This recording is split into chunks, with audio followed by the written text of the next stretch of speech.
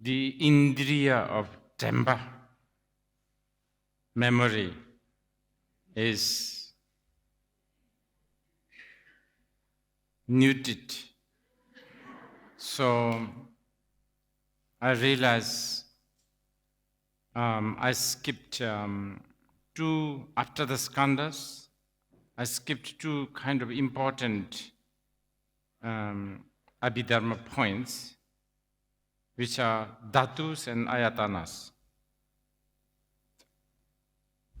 As dhatus are kind of important, but because our dhatus and our indriyas are at the moment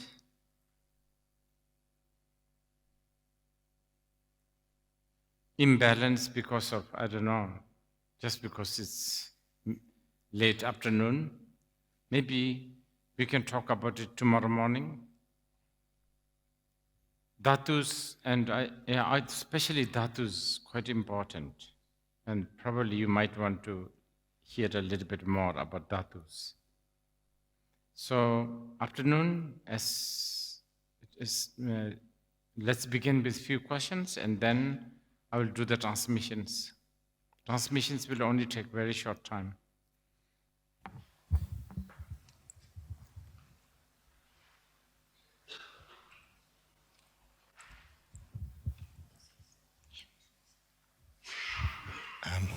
Rinpoche, non-associated formations.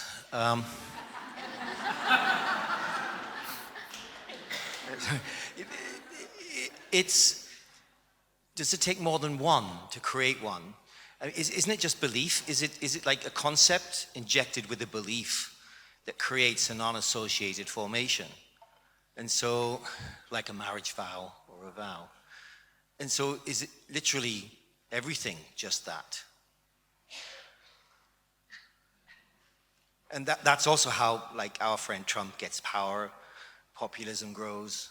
No, this is interesting. Yeah, there's a lot of that. It's very powerful, by the way. Of all these three, it may be the most powerful. Is it also the basis of all Tantra, of Vajrayana?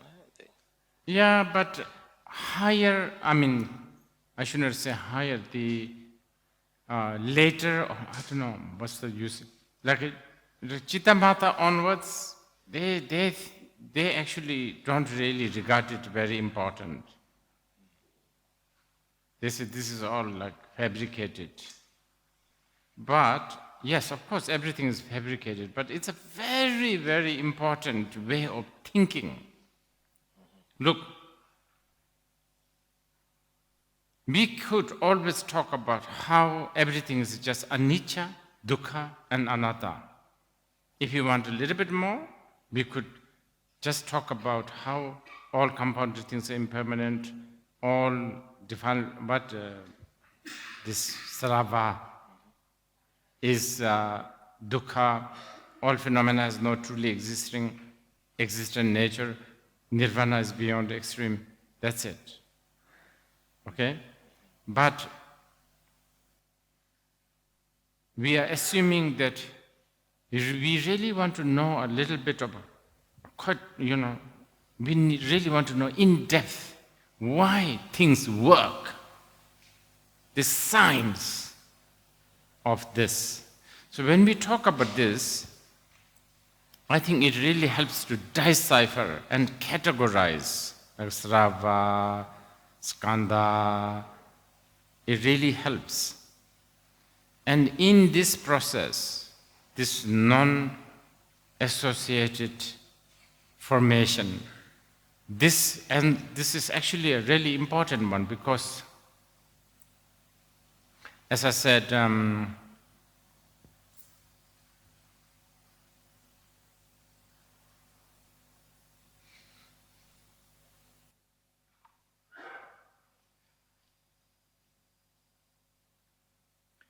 okay, I'll give you one.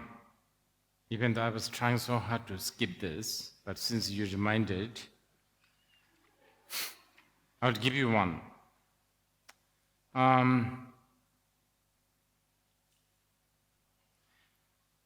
Okay. Let,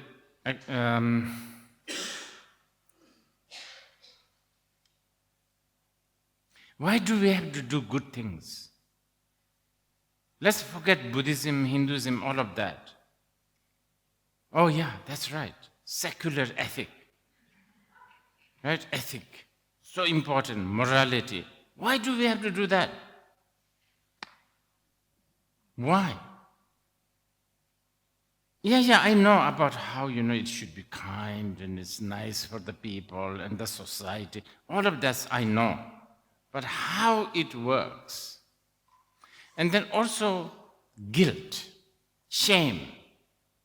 Okay, Motsadan tell you, this is I think in the Theravada they translate this quite well. Fear of wrongdoing, right? Motsadan tell you, fear of wrongdoing. And yes, so there's two things, right? Motsadan tell you, fear of wrongdoing and something like a shame. Yeah, these two are almost like the great grandparents of all the moral system. So all of these need to function, and Buddhists don't really believe in God, who decides what is sin and what is not sin, and this is the right thing to do. That they don't believe. So somehow, yet we still believe are doing the right thing. Doing the right thing. So, for instance, like Mahayana have a very good term called Suljin Mahimba Yilachepa. But actually, it's a really good definition of ignorance or Myanbangpa, klesha. If you ask the Mahayana people what is sort of the general definition of klesha or ignorance, they will say, when you project,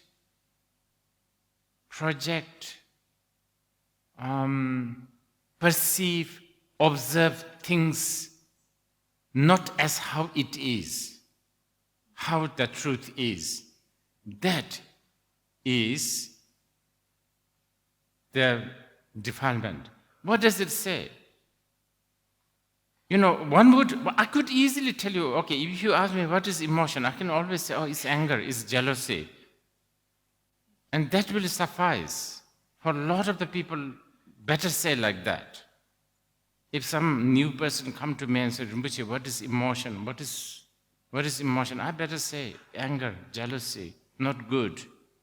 Sort that out. I better say this.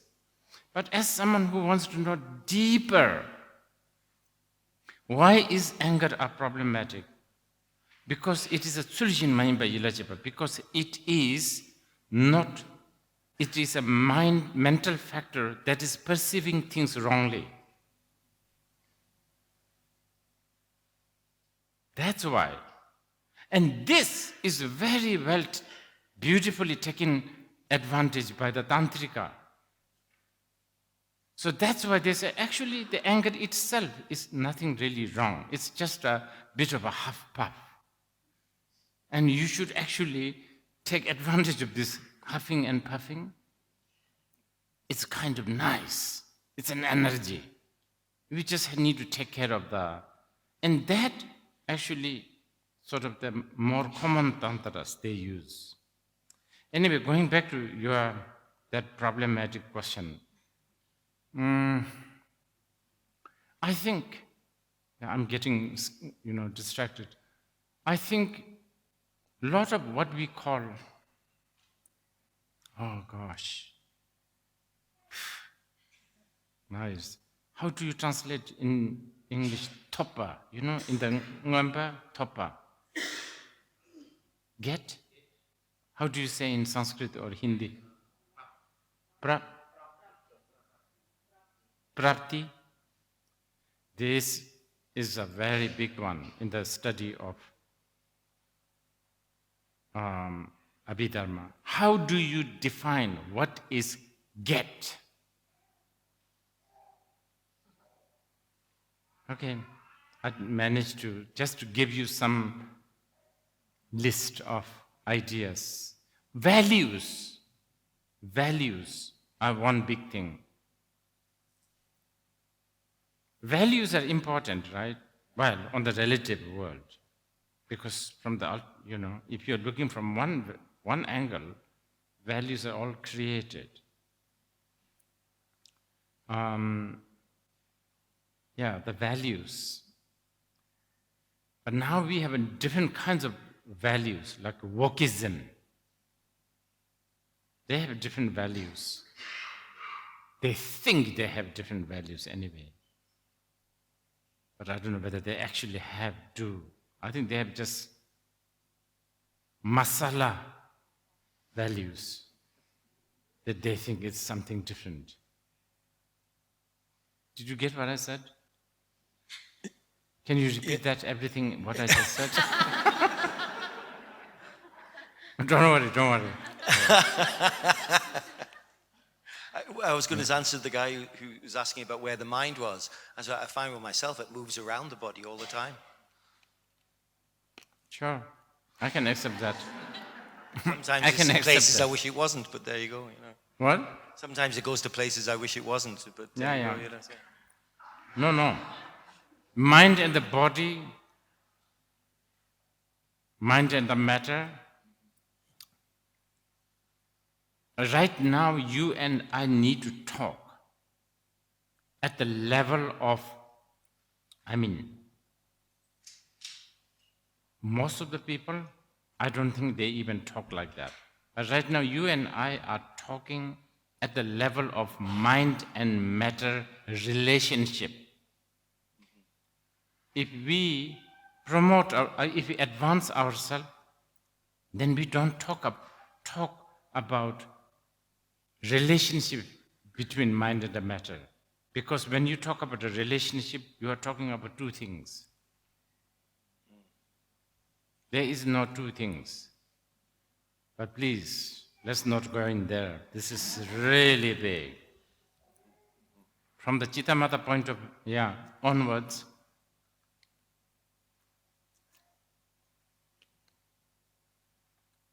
you can pretend and make believe you have a mind and matter relationship. That's okay. You have to. You have no choice anyway.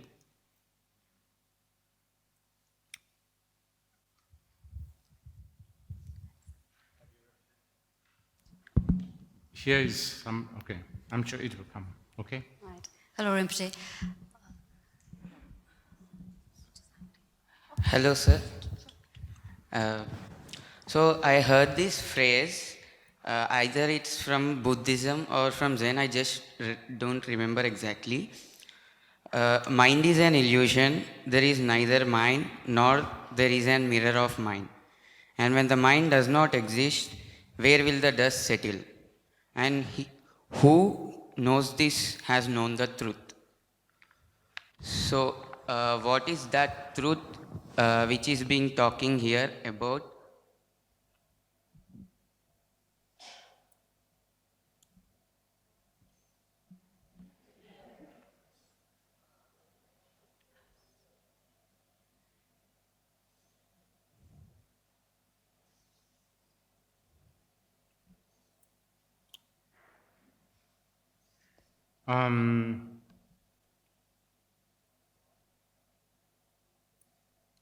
I wish,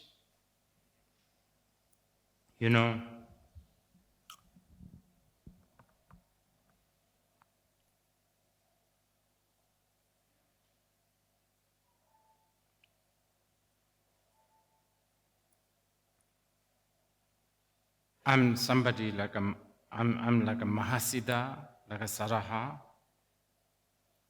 and you are, I don't know.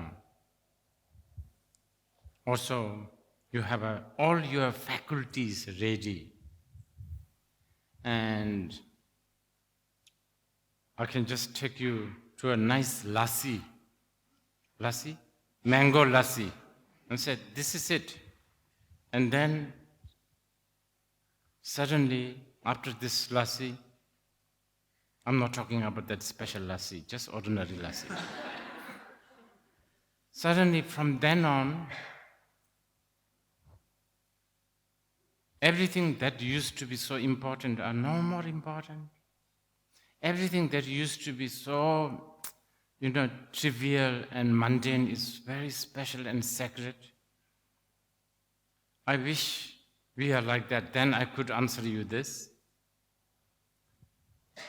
Or like those great Zen masters, I think it's a Rinzai, right? Rinzai school, who would ask some very, very unanswerable questions, and you just get it. But since definitely not me, we are not like in this kind of situation. Only way we can decipher all this is through hearing and contemplation. So, just to answer your question, if you recite that poetry or a prayer or an aspiration wholeheartedly, maybe 100,000 times, probably you will get an answer. But you have to be really genuine, huh? Every time you think, that's it, that's the answer, you should remember, that's very dangerous. You should still keep on reading it. That's about all I can say. Apart from that, intellectual deciphering, we have been doing it past 2 days. That's all I can do. Okay? Thank you. Rinpoche, yesterday we touched on 2 points. One was one view of karma as not just whether you play the cards, but whether you play at all. And Play that. I think you had mentioned that karma, one view of karma, is not just whether you play, how you play the cards that you're dealt, I see, yes. but whether you play at all. The second thing we touched on was, I think a lady in the gathering had mentioned, what would we do if she consumed poison? And we said, in as much as she's in the dream of having consumed poison, so are we in the dream of lady poison hospital. So we will take her to the hospital. My question is, how then do we engage in compassionate action without inevitably being drawn into the game? Is there a way of taking action to protect those around us, animals, humans, take care of people, without playing this karmic game? Or, do you have to be omniscient for that? When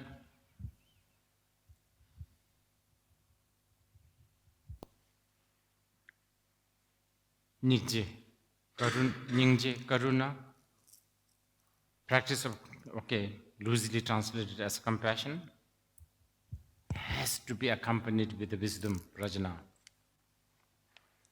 Otherwise, this is actually important.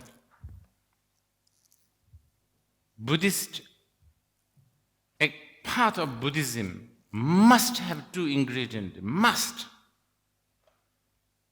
Indispensable, wisdom and method. Method must be accompanied by the wisdom. So, I hope I got your question. If the wisdom is not there, wisdom of understanding the shunyata, compassion is very dangerous and exhausting, and you may end up needing to go to psychotherapy yourself, because you will become so this wisdom, And by the way, it may sound like, so that means I have to wait until this wisdom, then I can apply the compassion. No, you don't have to be that disheartened. This is why, like Karuna practice in the Sarvakayana path and Bodhicitta practice such as may all sentient beings be enlightened. even though, you see, that motivation, that aspiration, that may all be enlightened. This aspiration, if you think about it, it has both method and wisdom. It has. On the most sort of diluted, watered down level though, of course, for now. But nevertheless, it does. Because when you are saying, may all, this all has to include everyone. And that's already a wisdom. That's already, because there's no judgment. There's no falling into extreme. So I hope that was your question. I didn't really get it, but okay. Yes, please. Good afternoon, Rambuchila. I wanted to ask how grasping of self leads to afflictions or kleshas. How Does grasping of self lead to afflictions or kleshas? I see. How does grasping to oneself produces kleshas? Oh.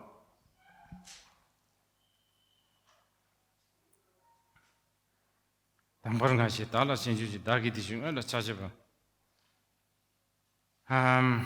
quoting a Mahayana Shastra. First, you look at, this is important, first you look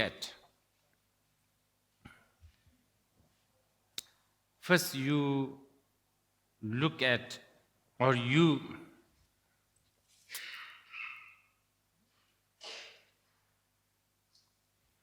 okay, so remember we talked about many birds together, and then you see a big, sort of dark circle thing.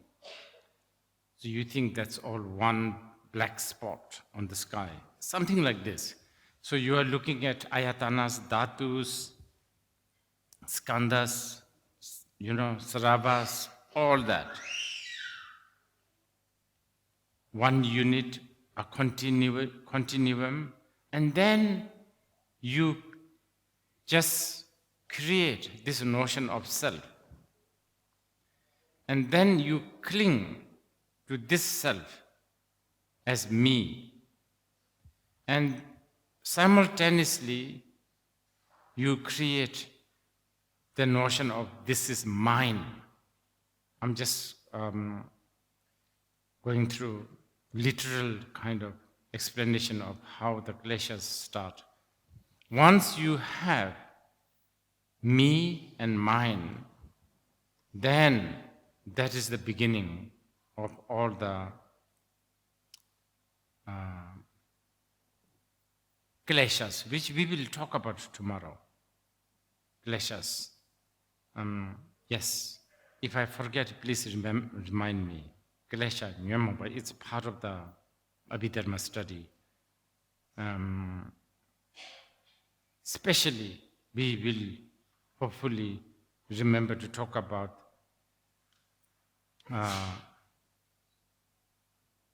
two Nyonmongpa, or the two kleshas. Desire, anger, and ignorance, I think we talk a lot. So we can sort of keep that small for now.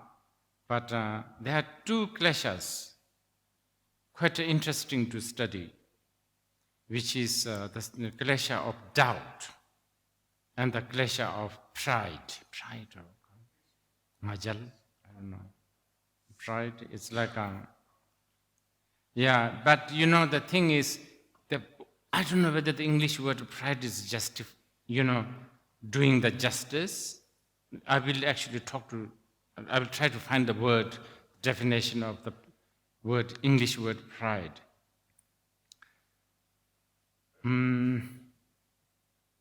Basically, according to the Abhidharma,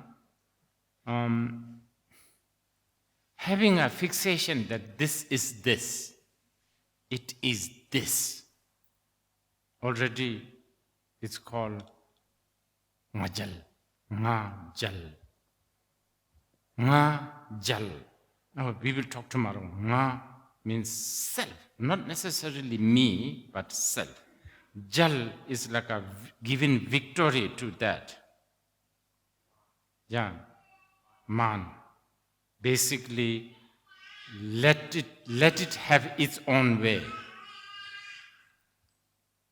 So we can discuss this tomorrow. Okay? Hello. Yes. Sorry, it will be a trivial question, not about non-associated formations. Once you have said that so to say, trouble began with the age of enlightenment. Trouble began with the age of enlightenment, Western age of enlightenment. And as I understood it, this is because of emphasis on rationality and exclusion of transcendental, which is beyond mind. And now with such impressive advances in artificial intelligence and very soon quick development of virtual reality spaces, do you see it as more and more strong engrossment and illusion for all except outstanding practitioners, and that generally everybody better to live in Middle Ages?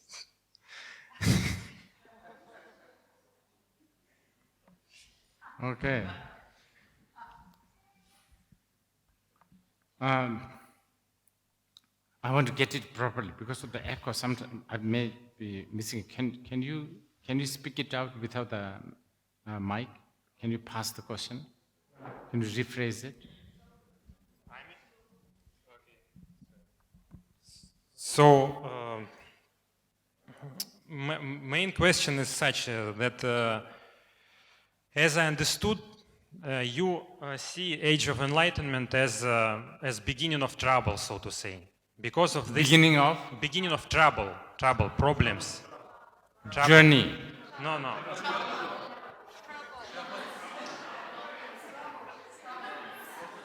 Okay, beginning of problems. Beginning of trouble. Yes. Okay. Yes.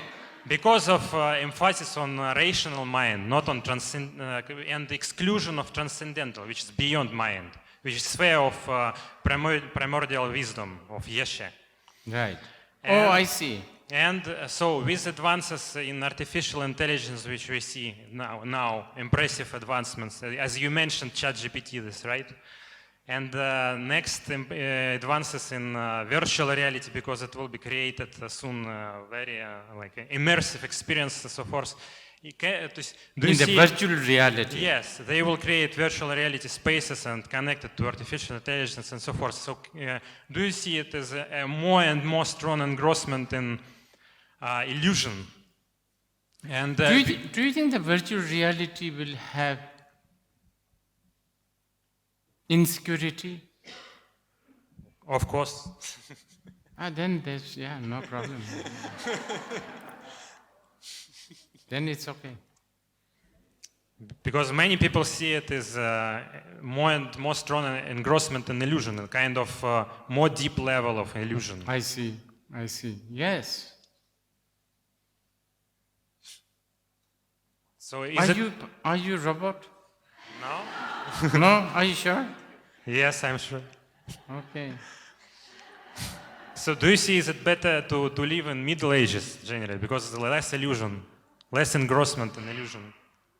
Middle Age. No, actually, if you are a Tantrika will say actually even better now. Remember? They say that the more the time gets degenerated, it's the best news. Because you become more daring. But I guess it is for really serious Tantrika practitioners, because... No, actually I could see. I mean, like, many times, for instance, like the, gender confusion, you can see it in one way that this is it's such a, like, what is going on? On the other side, we kind of knew this from the beginning, right?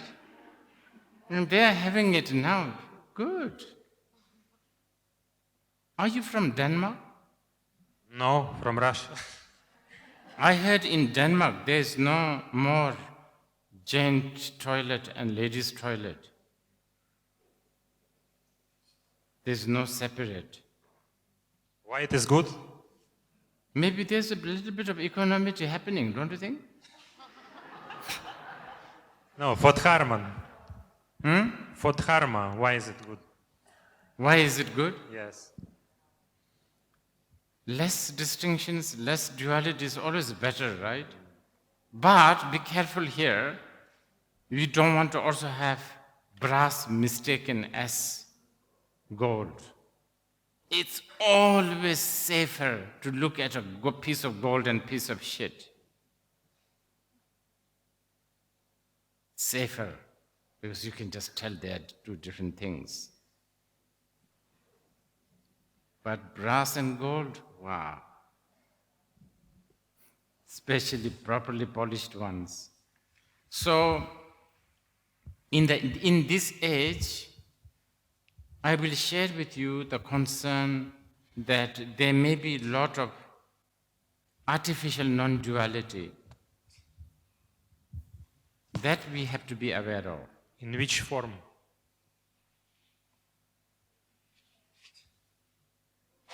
Can I tell you secretly, because I'm afraid of lawsuit? Of course.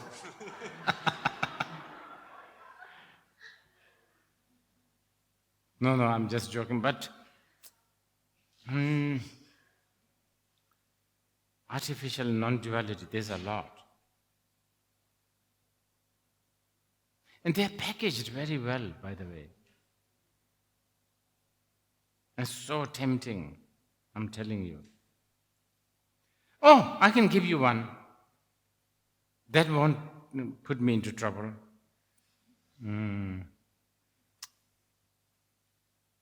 LSD.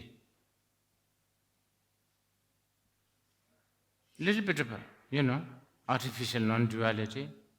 If it is at the right amount of dosage and right amount of atmosphere, I shouldn't be speaking these things here, right?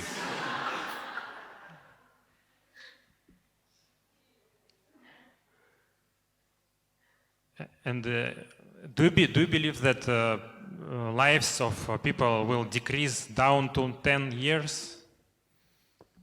That you are talking about the degeneration. Say Nyingma. No. Life, again, this is good that you raise. I think the actual existence, no. Mortality rate will probably, people may end up staying 200 years old. But these 200 years will go so fast. So what's the point, right? This actually I even myself experience. When I'm in beer, one afternoon goes so slow. When I'm in New York, breakfast, then already it's a lunch, then already it's a dinner. That's how I feel. So that's what this degeneration of lifespan they are talking about. I think what we really need to be worried about is the degeneration of view. That we have to. Okay. Rinpoche, you spoke about non-contaminated virtual actions and contaminated virtuous actions. In the context of my work, I want to ask this question, that in the social sector, the agenda is to work on national employment of youth or poverty alleviation. After listening to you, the thought came to my mind, but that is again a contaminated virtual action, especially with all the stakeholders like the political parties, corporates, everyone has their agenda. So, to make a contaminated virtuous action into at least in the process of non-contaminated virtual action, all you need to do is add some good motivation. But my motivation is also mixed, and the motivation of other collaborators is also... I think it will set a condition to influence that. Actually, that is a part of the study of cause and condition that I galloped through. Yeah, during the lunch break, I felt a little bit kind of bad about rushing through, but then, it's just too vast. It's almost like that. It's relevant to your question. Sometimes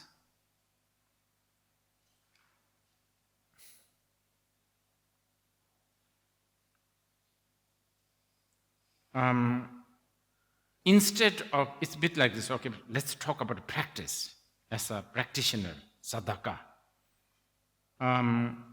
Instead of aiming for the result, the highest result, many,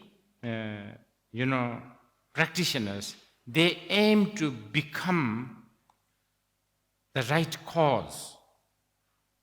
In today's language, you can call it, you aim to become the right influencer.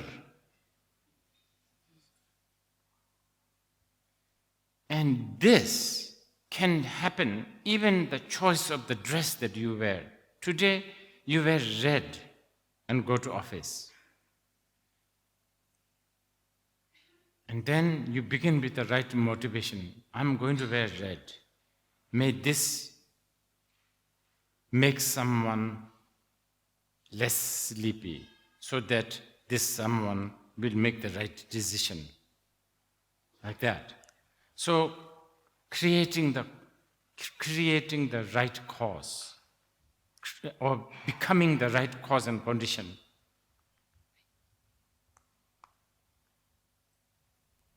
Rinpoche, so a friend of mine wanted to ask you this question.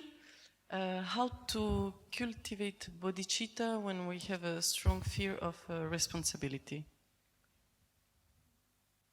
Yeah. Well, as I answered the earlier question, bodhicitta has another aspect, which is the ultimate bodhicitta, which is understanding the shunyata. So, if you can sort of inject yourself with the information of ultimate bodhicitta, you will be not daunted by the feeling of responsibility. For instance, you may even begin to think like, I'm not saying that immediately you will think love is an illusion, every responsibility is an illusion. Probably you will not go through that right away. But if you inject yourself with this right information again and again through hearing and contemplation, then you may begin to look at the responsibility from the bird's eye view. So you will think, oh yeah, lots of times I failed, but a lot of other times I've also succeeded. Like that, slowly, slowly, slowly, slowly. And then you become better, better, better, better.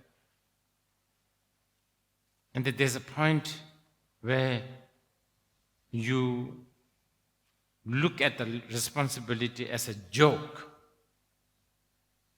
as a humor. I think then you are becoming arhat or a siddha. Doesn't mean that you will stop doing. You still carry on, but it's very with I think in the most common language, light-hearted. Thank you, Rinpoche. Okay. Rinpoche, yesterday, or actually in the previous session, someone asked about falsifications, and you responded saying, Chandrakirti, studying Chandrakirti and Prasangika Madhyamika.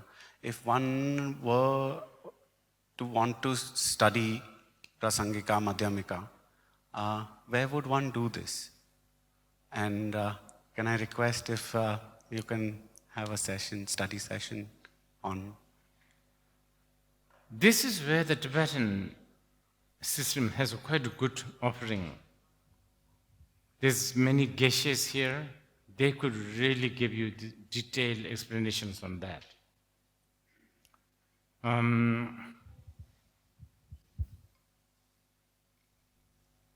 Lot of school, a lot of institute, a lot of monasteries can offer this. Quite available. It's the Pramana and the Abhidharma. And understandably, who would want to talk about these things that we've been talking 2 days? It's very, very dense. Prasangika, the Madhyamika,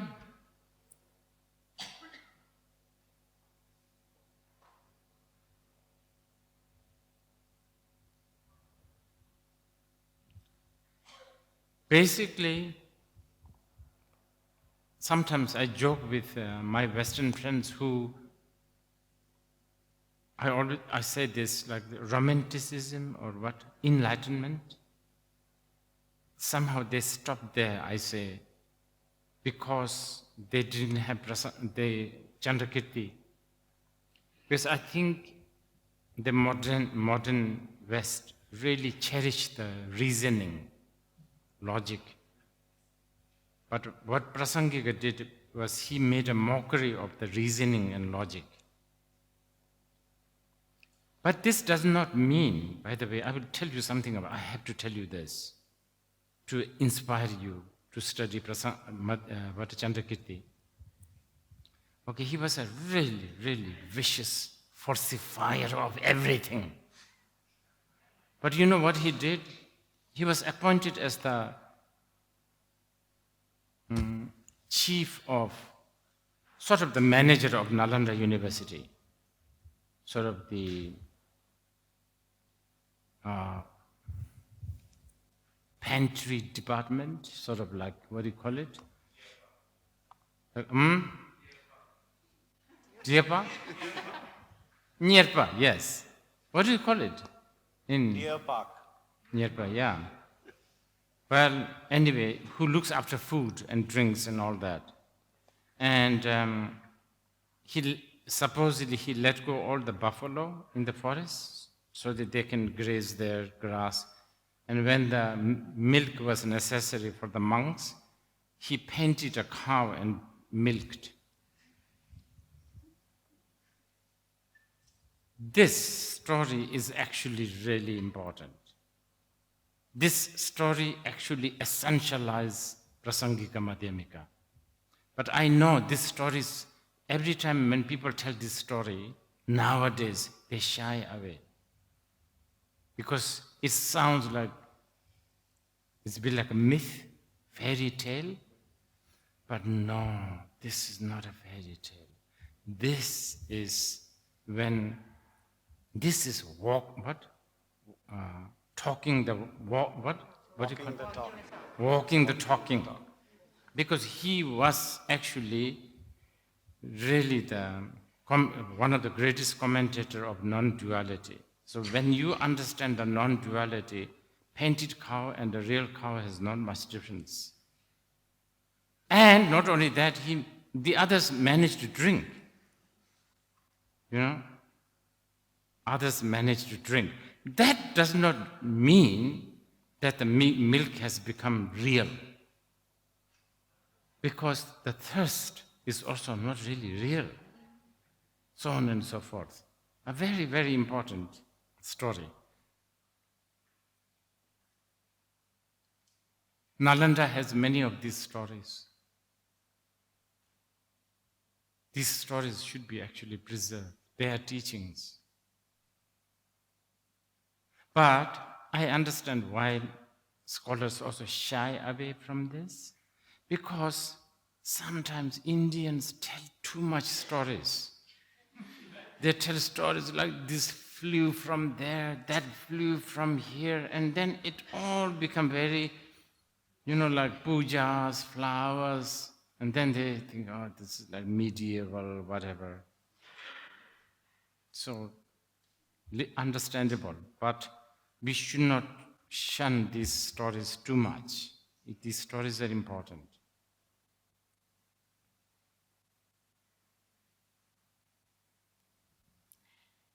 Rinpoche, I had a question about, you were speaking about the Pratimoksha vows. So I was just wondering, there are many people who are born intersex or born hermaphrodites. And I just got the impression that maybe if they want to get ordained in Buddhism, then either post-op transgender people or born intersex people, maybe they don't have a place for ordination. And I also wanted to ask, just like if certain organs are missing for men, they cannot become monks, is there something like that for women as well? That if is there some such counterpart for women that, maybe your clitoris is missing so you can't become a nun? Just wondering. Yeah. There is I can't reveal everything here because it's the Vinaya business. There is really, it is quite amazing. It's really, really, the Buddhist paths. Nowadays, whenever people talk about a tantric guru, and the pure perception to the guru devotion and all of that, people seem to think it's like, somebody dictating someone else's life, so on and so forth. It's not like that at all. There is so much check and balance, so much, interrogation, so much analysis.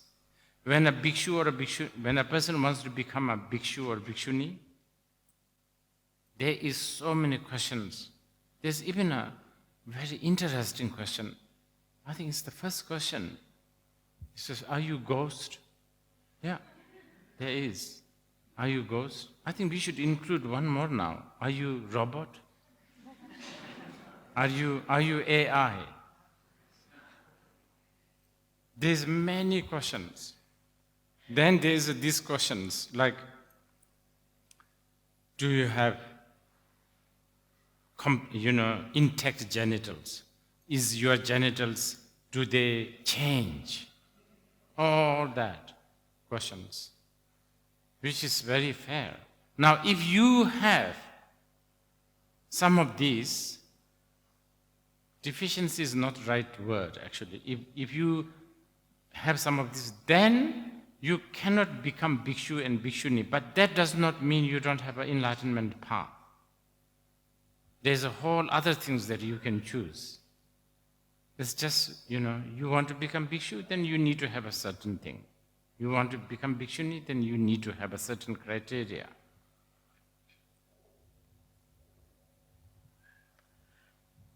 Thank you for your teaching, Rinpoche. I had a question regarding the 22 faculties, the senses. Mm-hmm. You mentioned that some of them become dormant because we don't have awareness and we don't use them, and sometimes these can result in psychological conditions like bipolarity. What I wanted to ask is, in Western psychology, these are studied under abnormal states of mind. Mm-hmm. Does the Buddhist view does it see any state of mind as abnormal, to be fixed?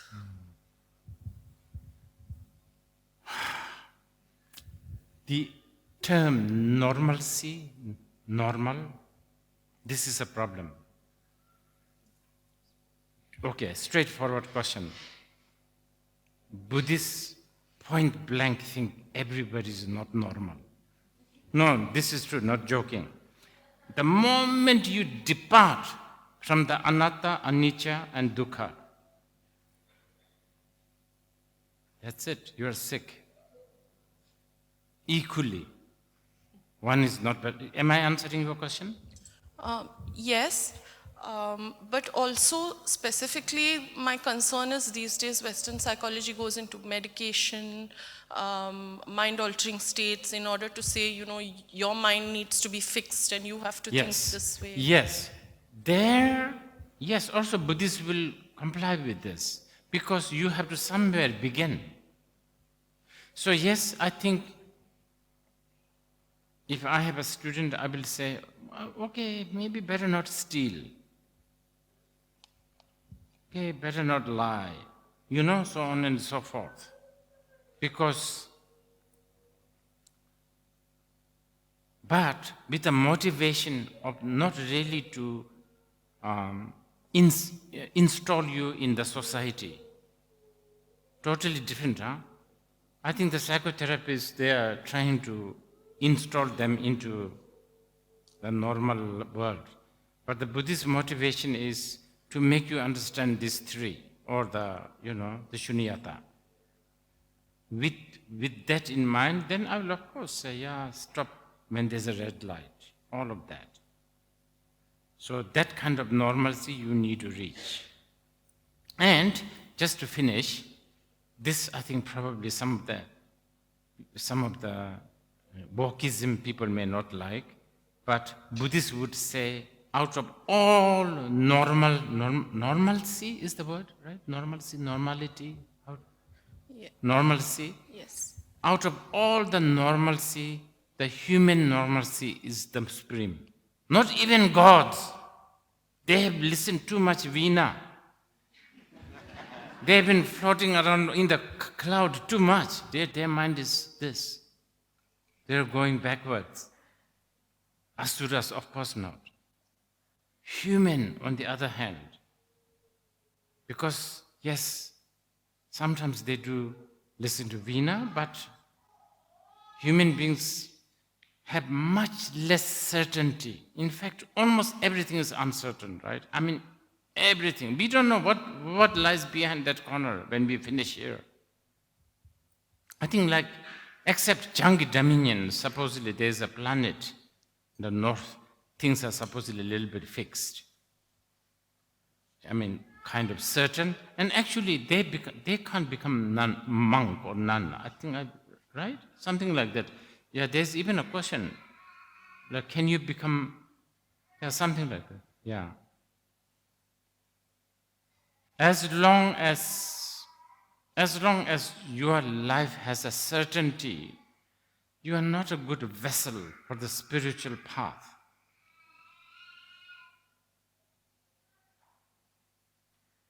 You know this,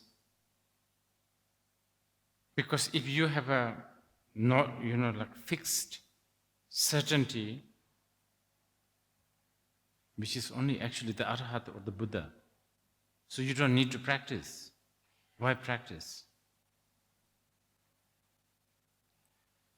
Okay, I will end this here today, and then hopefully I can share with you something about Dhatu, Ayatana tomorrow, and then I should really try to